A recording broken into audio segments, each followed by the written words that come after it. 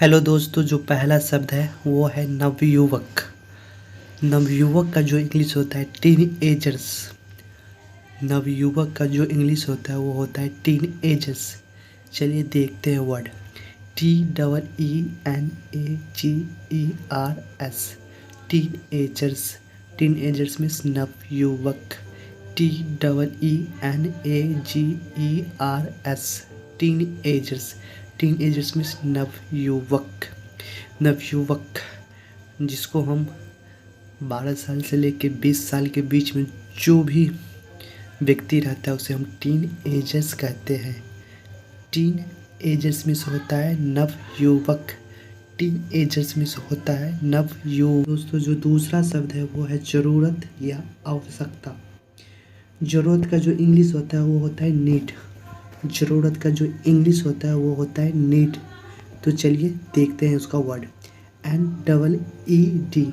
Need. Need means जरूरत। NEED।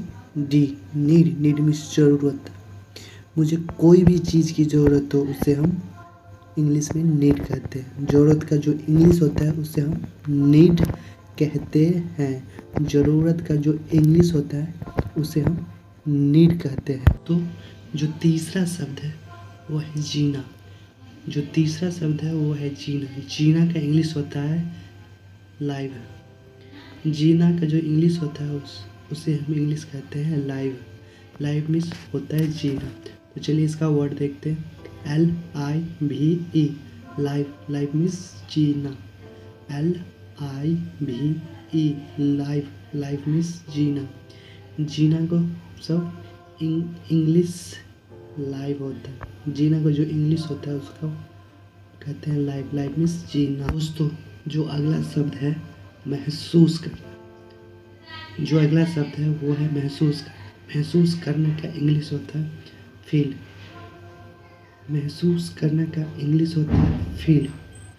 Feel means होता है महसूस करना। तो चलिए देखते हैं इसका English. FEEL। Feel. Feel means महसूस करना। FEEL। फील। फील मीन्स महसूस करना। फील मीन्स होता है महसूस करना। महसूस करने का जो इंग्लिश होता है फील। फील मीन्स महसूस करना। हम कोई भी चीज़ चाहे खाते हैं चाहे छूते हैं उसे महसूस करते हैं। जैसे मान लीजिए कोई भी चीज़ चाहे मिठाई ही खाते हैं तो उसे महसूस करते हैं, मीठा लगता है तो उसे फील करना कहते हैं। तो फील मीन्स होता है महसूस करना। तो फील का जो हिंदी होता है उसे हम कहते हैं महसूस करना। महसूस करने का जो इंग्लिश होता है उसे हम कहते हैं feel. FEEL। Feel. Feel means महसूस करना। दोस्तों, जो हमारा पांचवा वर्ड है वो है डिसिप्लिन। डिसिप्लिन मीन्स होता है अनुशासित।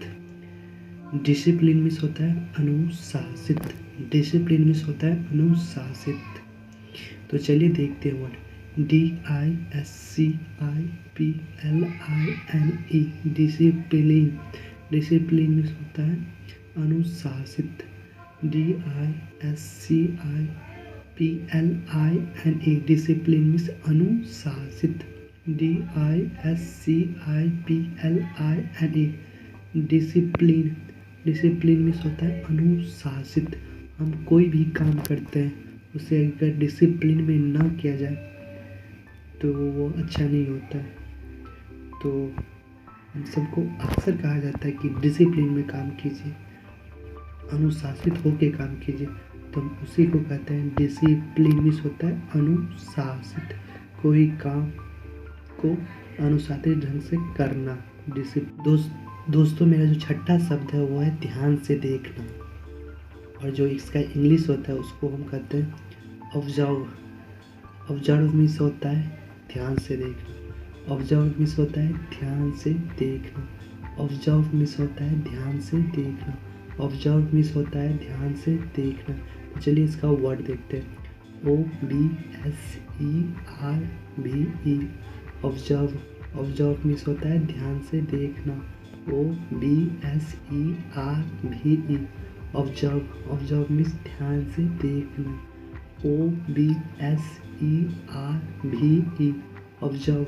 ऑब्जर्व मीन्स ध्यान से देखना। हम कोई भी चीज़ अगर ध्यान से देखते हैं तो उसका इंग्लिश होता है ऑब्जर्व करना।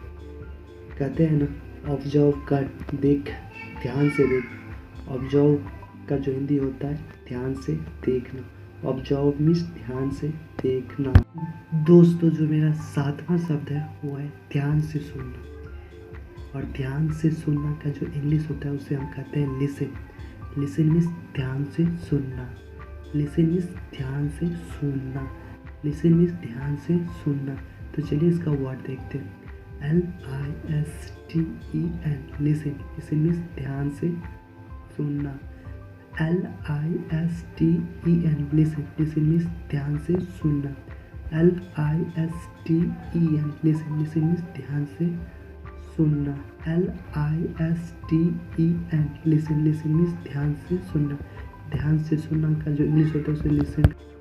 दोस्तों जो हम सबका अगला शब्द है वो है अहंकार। और अहंकार का जो इंग्लिश होता है उसे हम कहते हैं ईगो। अहंकार का जो इंग्लिश होता है उसको हम कहते हैं ईगो। ईगो मीन्स होता है अहंकार। ईगो मीन्स होता है अहंकार। ईगो मीन्स होता है अहंकार। तो चलिए इसका वर्ड मीनिंग देखते हैं। EGO, ego. ईगो मीन्स अहंकार। EGO, ego. ईगो मीन्स अहंकार। EGO, ego. ईगो मीन्स अहंकार। अहंकार का जो इंग्लिश होता है उसे हम कहते हैं ईगो। अहंकार का जो इंग्लिश होता है उसे हम इंग्लिश में ईगो। ईगो मीन्स अहंकार। ईगो मीन्स अहंकार। ईगो मीन्स अहंकार।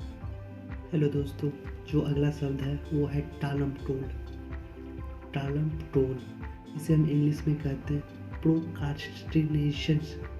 इसे हम इंग्लिश में कहते हैं प्रोक्रास्टिनेशंस। टालम टोल का जो इंग्लिश होता है उसे हम कहते हैं प्रोक्रास्टिनेशंस। जो हम टालते रहते हैं, जो काम हम आज नहीं बोलते कल करेंगे उसे हम कहते हैं प्रोक्रास्टिनेशंस। चलिए इसका इंग्लिश देखते हैं। PROCRASTINATION, procrastination. प्रोक्रास्टिनेशन मीन्स होता है टालम toll.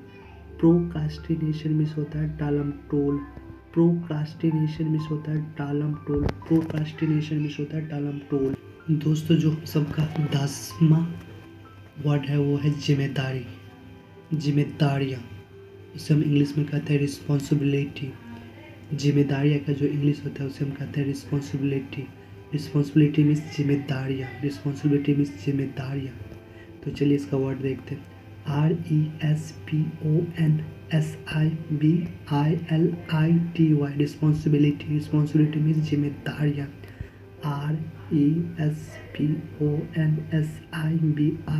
RESPONSIBILITY, responsibility. Responsibility means जिम्मेदारियाँ।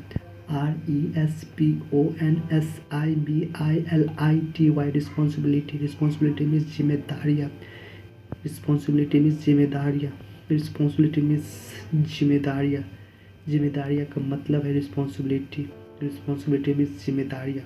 कोई भी काम जो आपको दिया गया है उसका जिम्मेदारियाँ, मतलब जिम्मेदारी लेना, उसे हम इंग्लिश कहते हैं रिस्पॉन्सिबिलिटी। रिस्पॉन्सिबिलिटी मीन्स होता है जिम्मेदारियाँ। रिस्पॉन्सिबिलिटी मीन्स जिम्मेदारियाँ। रिस्पॉन्सिबिलिटी मीन्स होता है जिम्मेदारियाँ। रिस्पॉन्सिबिलिटी